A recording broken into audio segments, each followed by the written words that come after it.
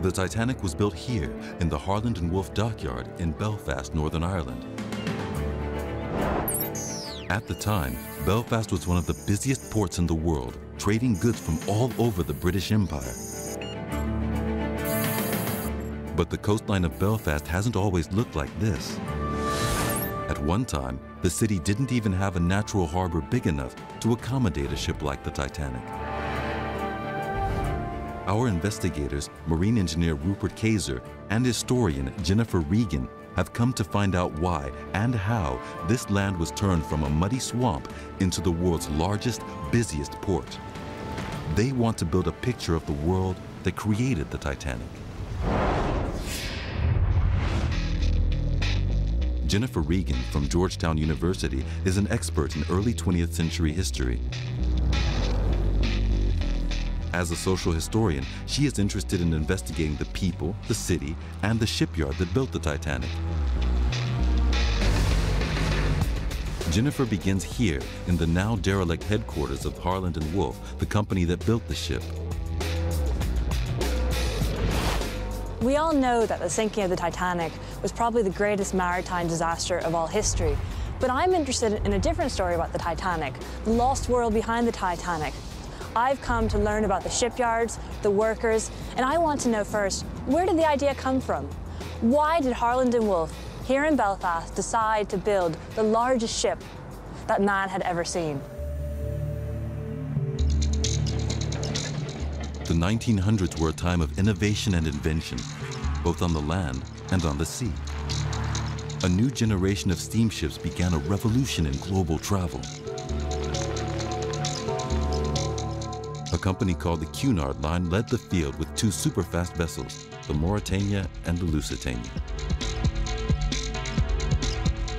Harland and Wolff's chairman, William Peary, was determined to challenge this supremacy. He planned the construction of three vast new liners. One of them would be called the Titanic. These ships were to be built by hand without any of the modern tools and technology that we have today. And as an expert in marine engineering, Rupert Kayser is fascinated by the question of how it was done. On the 31st of May 1911, the Royal Mail ship Titanic was launched from this slipway.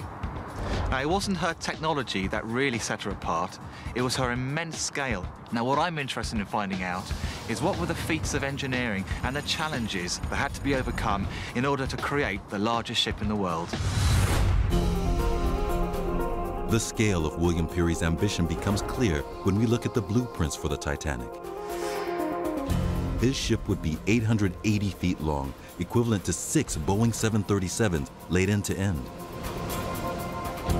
The Titanic could accommodate 3,500 people. There would be 9 decks, and fully laden, she would weigh 67,000 tons. She would be the heaviest, tallest ship afloat.